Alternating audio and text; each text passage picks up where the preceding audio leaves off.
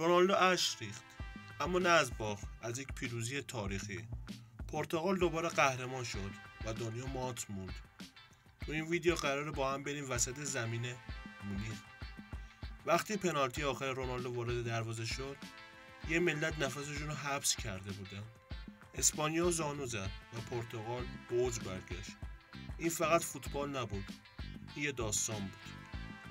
40 سالشه ولی هنوز سلطان زمینه. کریستیانو رونالدو یک بار دیگه تاریخ نوشت.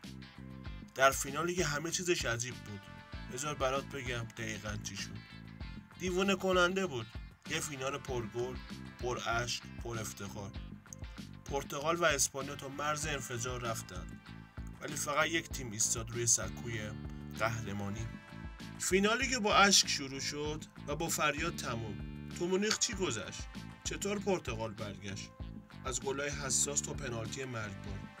همه چی رو اینجا میشنوی. رونالدو گفت شاید آخرین فینالم بود، اما چی شد که این فینال براش موندگار شد؟ لحظه به لحظه فینال لیگ ملت‌ها رو داری میبینی و قراره با هم همه چی رو بررسی کنیم. وقتی که یه تیمی دوباره قهرمان میشه یعنی یه چیز خاصی تو رگاش داره. پرتغال اینو ثابت کرد و تو این ویدیو میفهمی چرا. اگر فینال 2019 برات خاطر انگیز بود، فینال 2021 خاطرت رو منفجر میکنه. دوئل تاکتیک، تقابل نسل‌ها، بازی اعصاب، همه چی تو این بازی بود. مربی پرتغال یه حرکتی زد که معادل بازی رو کلاً عوض کرد. میخوای بدونید چی بود؟ پس آخر ویدیو با ما باش. از ضدحمله‌های سریع تا پنالتی‌های پر استرس، از درخشش مندز تا خداویسی احتمالی رونالدو. فینال امسال فقط یه بازی نبود، یک تئاتر بود، پر از نقش و داستان. وقتی پرتغال گل دوم رو زد، ورزشگاه مونیخ برای لحظه ساکت شد. نه از دست، از شوک زیبایی فوتبال. فینالی که همه چی داشت، حتی اشک رونالدو. فوتبال فقط گل زدن نیست، گاهی اشکای آخر بازی بیشتر حرف دارن. تو این فینال تاریخ نوشته شد، با عرق و احساس. بیا با هم لحظه به لحظه رو زنده کنیم. یه شب تاریخی، یه بازی نفسگیر و یه قهرمانی قدیمی که دوباره برگشت روی سکوی افتخار. مونیخ 9 ژوئن 2025. فینال لیگ ملت‌های اروپا بین دو تیم همسایه پرتغال و اسپانیا. از همون دقیقه اول حس می‌کرد این بازی معمولی نیست. یک نبرد نمادینه. یه پایین حماسی که نه فقط برای جام بلکه برای تاریخ، افتخار و شاید برای آخرین فینال ملی کریستیانو رونالدو. وقتی صدای سوت شوره بلند شد، دنیا ایستاد و میلیون‌ها چشم به این میدان دوخته شد. قراره اینجا دقیق و هیجانی داستان کامل این فینال رو براتون تعریف کنم. پس با هم باش. انرژی بالا و پرس شعر از هر دو تیم شروع شد. اسپانیا دقیقه 21 با شوت زمینگیر زومندی جلو افتاد. ضربه ای از پشت محوطه جریمه که به زیبایی کنار تیر فرود اومد. اما واکنش پرتغال فقط 5 دقیقه بعد اومد. نونو مندز با یک ضربه عالی همه چیز رو مساوی کرد. نیمه اول هنوز تمام نشده بود که اویارزابال، ستاره رئال سوسییداد، با یک ضد حمله سریع و جا گذاشتن روبن دیاز گل دوم اسپانیا رو زد. نیمه اول با نتیجه 2-1 به سود ماتادورها تموم شد. در نیمه دوم پرتغال کاملا تغییر چهره داد. تغییر تاکتیک مربی باعث شد که پرتغال توپ را بیشتر نگه داره.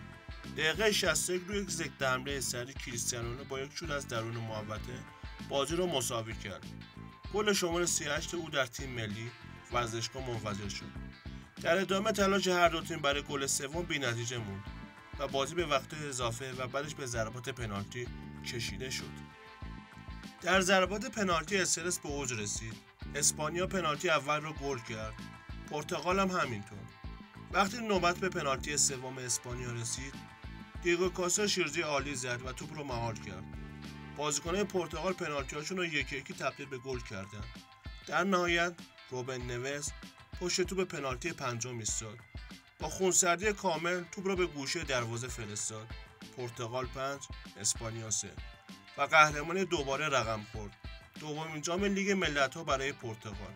این تیم حالا تنها تیمی که 2 بار قهرمان این رقابت‌ها شده. هواداران پرتغال با اشک شوق شادی می‌کردند. بازیکنان در آغوش هم بودند و رونالدو با اشک در چشم پرچم کشورش رو بلند کرده بود. تو لحظه پنالتی آخر کجا بودی؟ حست چی بود؟ تو کامنت ها برام بنویس که کدوم لحظه بازی برات هیجان انگیز بود. اولین نام بزرگ نونو مندز با وجود سن کم بی‌نقص بازی کرد. هم گل زد، هم بارها یامان رو کنترل کرد.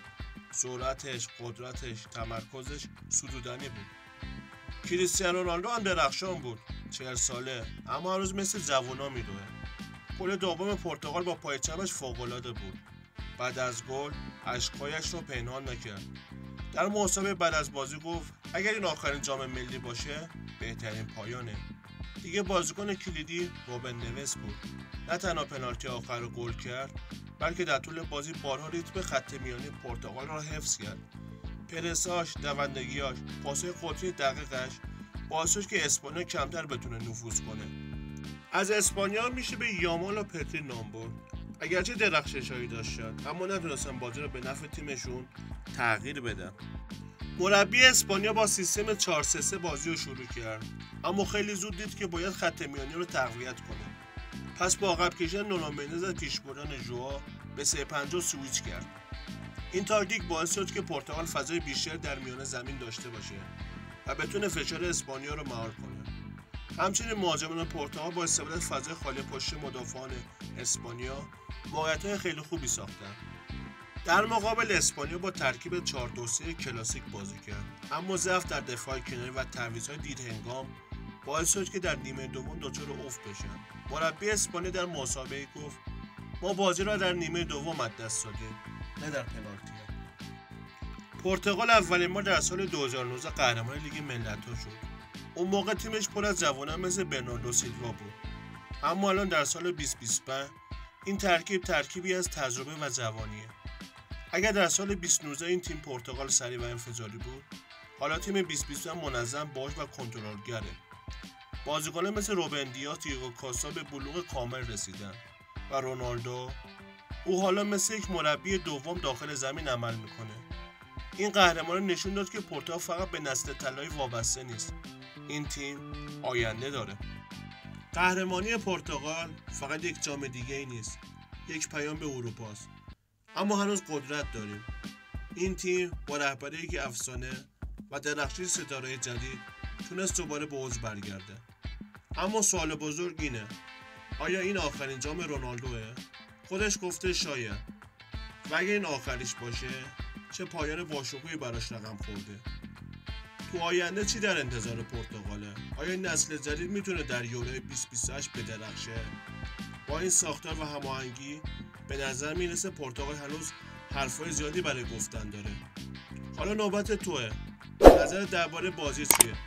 کدوم بازیکن برات چشمگیرتر بود؟ کامنت بذار، ویدیو رو لایک کن. و اگر عاشق فوتبال واقعی هستی، این کانال رو همین الان سابسکرایب کن.